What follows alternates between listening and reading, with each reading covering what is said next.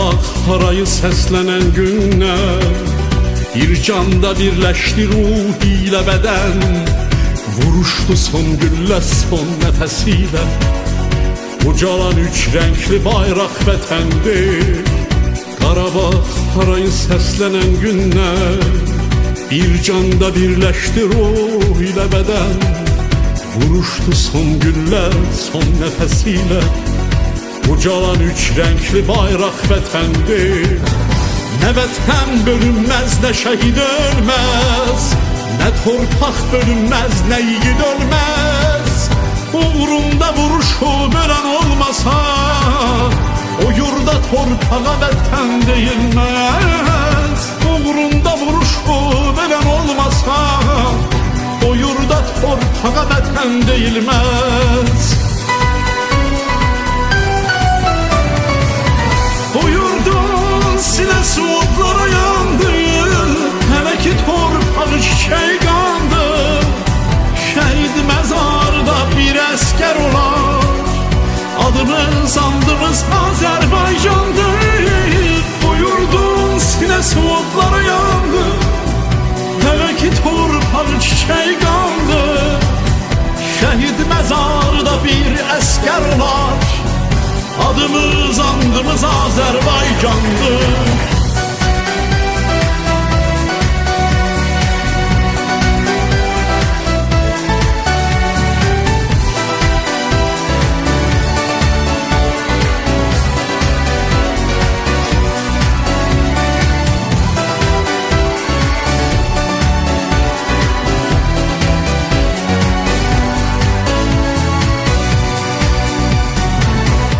Onun qoruduğu torpaq vətəndir. 27 sentyabr Azərbaycan xalqının yaddaşında yalnız bir tarix deyil, dərin bir mənanın, vətən sevgisinin və şəhidlik mərtəbəsinin rəmzidir. 2020-ci ilin 27 sentyabrında başlayan və 44 il davam edən vətən müharibəsi ilə Azərbaycan 30 il əvvəl itirmiş torpaqlarımızı alaraq ərazi sürdüyünü rəsm etdi. Bugün həmşəhərlərin əziz xatirəsini uca tutmaq, həm də gələcək nəsillərə onların qəhrəmanı çatdırmaq üçün əlamətlər bir gündür.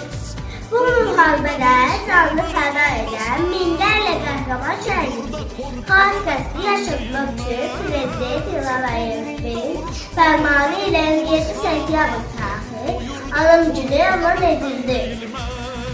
Biz bütün şəhidləri, eləcə də tarix yazan kəsin işçiləri, şəhidləri yad edirik.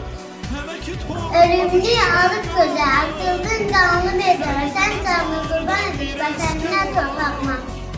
Tərk çiçəkləri məzarı var, cənnət qoxu yadı düşədir. Vətən şəbəy idrut olur, əlök soyuq şəhadəti. Baş əyət məzarına təzim edir, böyük kişi qohmanını düdüb mərdiyinə öyünürük. Qır duyur elin oban, qürür duyur atan anan, şəhid şandaş övlad ilə, qürür duyur Azərbaycan.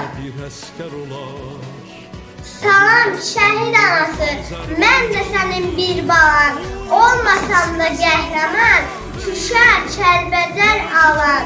Səni oğlun tapşırıb, səni mənə yol aldı. Məhz onun sayəsində ordumuz zəfər çaldı.